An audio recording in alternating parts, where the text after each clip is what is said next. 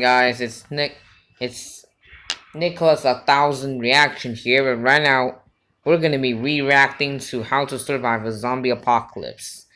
And yes, I'm gonna be replacing my on-screen recorded videos with screen recorded videos. Not all of them, but some of them. Alright? If you guys don't, I actually reacted to this video before on another channel. It's called Nicholas 100 Reaction.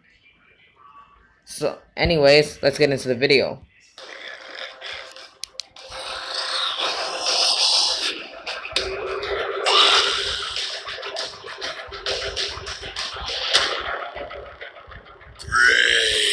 Brains. Rotten, reanimated, and ravenous for humans. The dead are rising from their graves.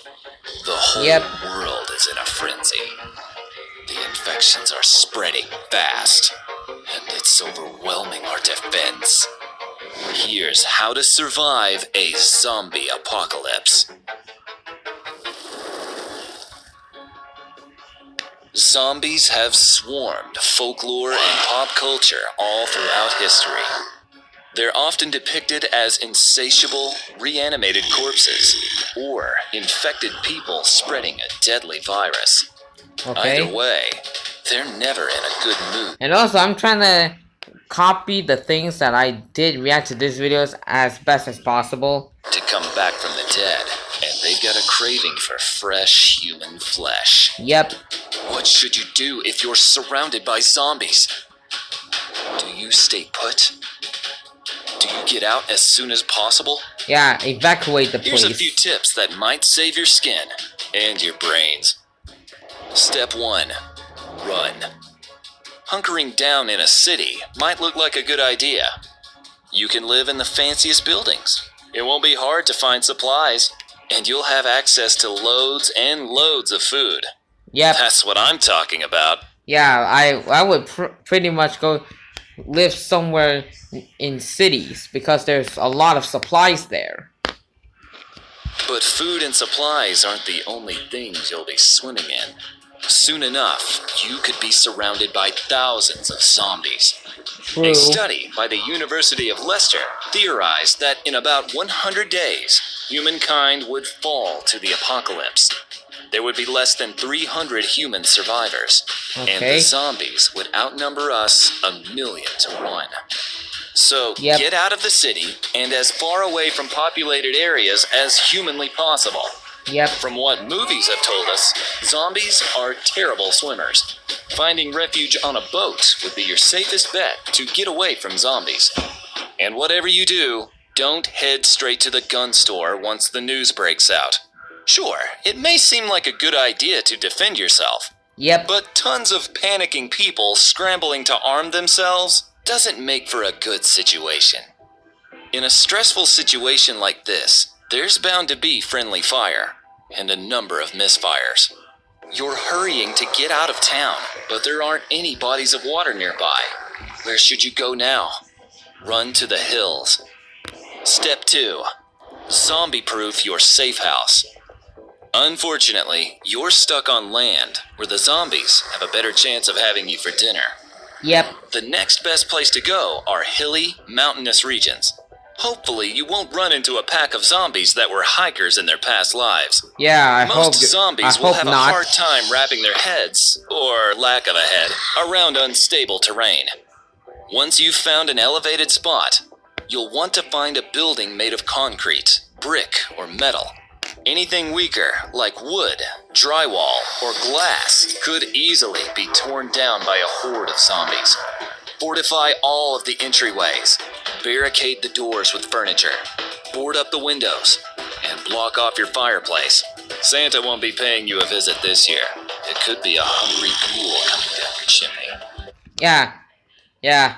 It's a very good joke, How to Survive. It's a very good joke. Santa is not gonna visit us this year because he got infected and turned into a zombie. All is quiet. The final board is nailed in. You're safe to breathe a sigh of relief. But you can't hide here forever. You're going to have to head out and gather some food and supplies. Get ready. Step 3. Suit up. Fashion a suit of armor out of anything you can find. Hockey pads, gloves, oh, and a helmet to protect your brains. After all, it's better to look weird and be safe than be zombie chow. Likewise, arm yourself with anything you can find to protect yourself. When in doubt, always stay away and avoid fighting the zombies. You should only use your weapons if they get a little too close for comfort.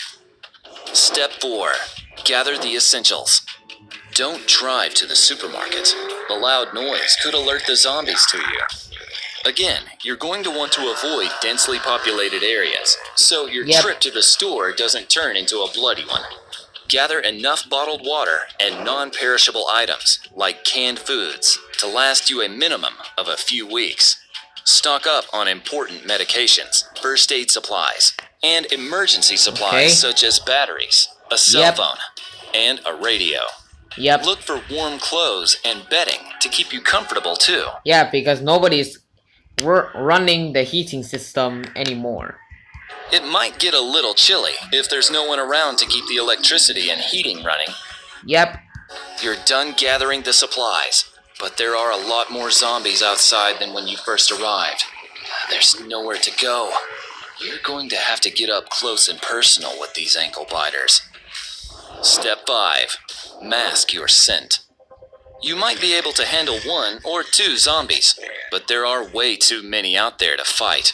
Try to hide until they leave, or create a distraction. But if all else fails, you're going to have to stroll with the Walking Dead. You're going to have to smell like them too. Camouflaging yourself in zombie flesh or guts could mask your smell from the zombies, letting you walk right past them. I think I'm gonna be sick. Researchers at Doane College in Nebraska even concocted a perfume to help camouflage against zombies. Wait, so they're telling me that they created a perfume to camouflage themselves as zombies? Seriously? Call it Ode to Death. Ode to Death? How romantic. It uses 2 chemical compounds that a decomposing body produces, putrescine and cadaverine. The result, well, smells like rotting flesh. Maybe we could just arm ourselves with bottles of Ode to Death in a zombie apocalypse. Yeah. You made it out bite-free. Now, let's wash off these zombie guts. While hordes of hungry zombies might seem far-fetched, there are lots of other things in the world that could eat us. How would you deal with a piranha feeding frenzy? Don't worry, we have just the video to help on how to survive. Alright guys, that's gonna be the end of this video, and I will see you guys in my next video. Peace.